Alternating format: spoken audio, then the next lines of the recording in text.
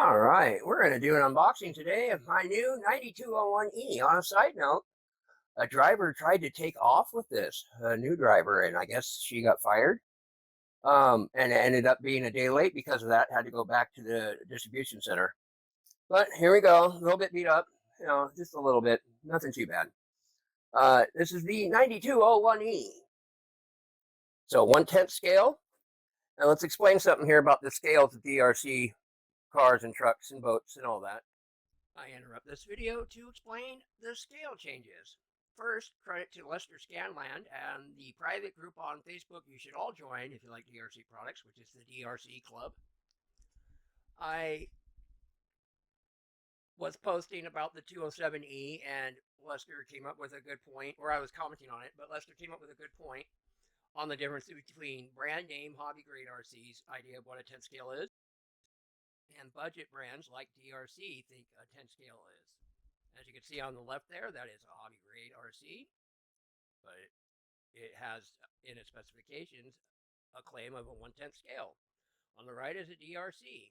I can't remember what RC that is, but that is DRC's idea of a 10th scale. Now that one's a little smaller than some of the 10th scales of DRC, but really you got to look at it like this. DRC 10th scales are like 12, sometimes almost as low as 14, and some 16th scales seem like closer to 18. So just wanted to explain that to you. I now return you to the raw video. This one is probably going to be a little bit better. So let's go, and I'm going to get her out here.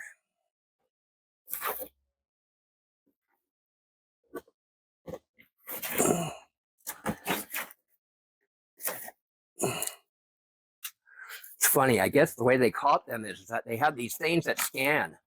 And the person didn't know that there's something probably in here or something on here that they can actually scan and see. And that's how they found them. So, I don't feel sorry for the person because, of course, they're an idiot for doing that. That was a dumb thing to try. It's their first or second or third day out on the field. Hey, it happens. Let's get some things aside here. Oh, look at that. Okay, now I gotta admit, though, that's a pretty good sized guy right there. Look at that. I like that. Oh, let's take a look at the controller real quick. And it is the regular 2.4 gigahertz controller. This can work. I have a 207E and a 003E that would work with this. And so now I have 3 of these controllers. They take 3 AA batteries, and they're not known for having the greatest range. So that might be oh God, why I can't put things on. I can put things on. Now it comes with these modular batteries. Let's take a look at the batteries real quick. I don't really like. I'm not a huge fan of this design, the type of batteries. The 1611 uses some oddly ones, except for the T-ports on the outside here. But it also has a recessed 3-pin for its 2 because it's a 2S battery. I finally got myself extensions for my Tenergy charger, discharger, balancer, so I can work with these type of batteries. And because let's just face facts, charging them yourself on those USBs that are included with DRC are it's a long process. I can do it in less than an hour what will take hours on their USB chargers. Look at that. As always, wouldn't be DRC or Holystone or Holyton or Refone or any other of their subsidiaries. You didn't have a battery precaution. All right. This one's a little different as far as documentation. We got, as you can see there, I guess, this stuff about the RC, or the transmitter, I mean, controller. And once again, they do have nice printed manuals. That's a Holystone thing, because they're the ones that are in charge of everything, basically. So that's good. That's great. Now let's take a look at this guy.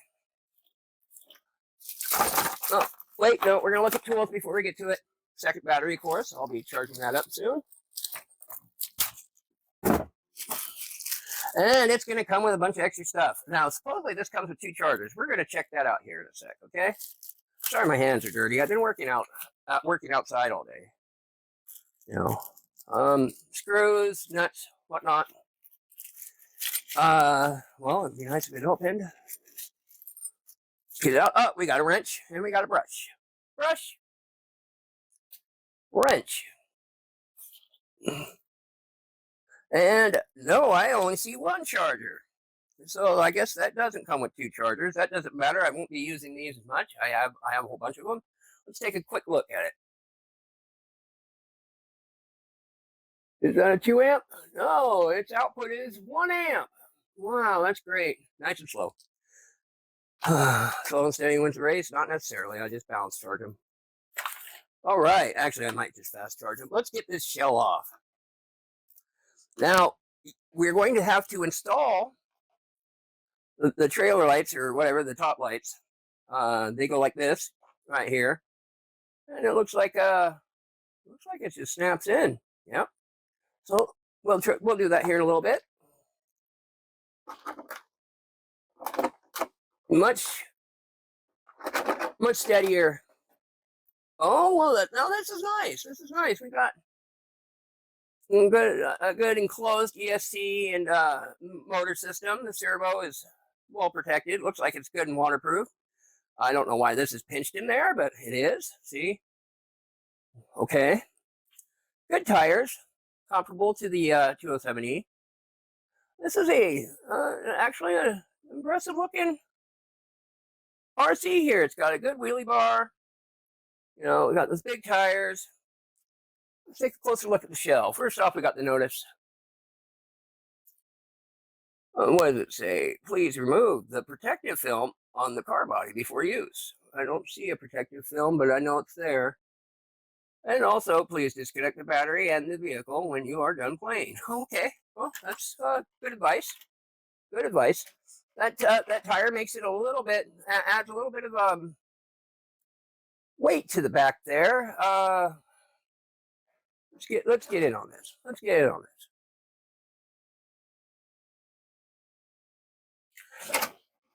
Look at that guy. Now tell me that's not good looking right there. I love it.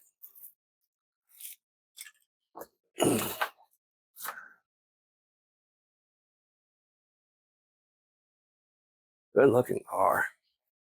You know this race team. I don't know what that means, but we'll work on that later. Shell on. Oh. And that'll be pretty much the end of it here. We got everything we wanted to out of this. I made a mess. We got the 2 batteries it comes with. We got the brush. We got the wrench. We got replacement cotter pins and wheel nuts and all that. Wheel bolts, nuts. Of course, before that come with it. We have the standard and not my favorite 2.4 gigahertz wireless remote control. I might actually replace that with a new controller, as you will see here. I'm actually kind of interested in getting this guy upgraded a little bit. So I might be replacing the receiver if it'll work with this guy. This is a MEUS. What model is this? It's a ME88, I believe. Maybe it's the 10D. It's just got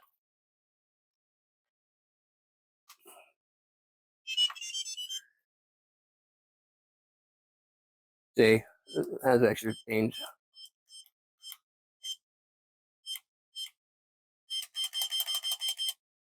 See, normal reverse for, you know, depending on how you put in the transceiver and all that.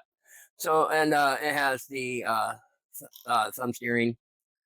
A good thing here, we got 1, 2, 3 extra channels, 2 knob channels, and 1 3-way slider. So I don't know if it'd actually be very good for this, but I'm excited to get this one going. My first custom digital controller. All right, guys. After that, I'm going to also be extending the wheelbase of my 14210 with these guys right here. You see, Get a little closer. See, dirty nails. Look at that. That will help keep its stability up. I was thinking about adding a gyro, but someone made a good point that it's probably too heavy and just too off balance, really, to benefit from a cheap gyro. And I'd probably have to spend more on a gyro than I would be willing to for a budget brand. But here it is. This is the 9201E 10th scale.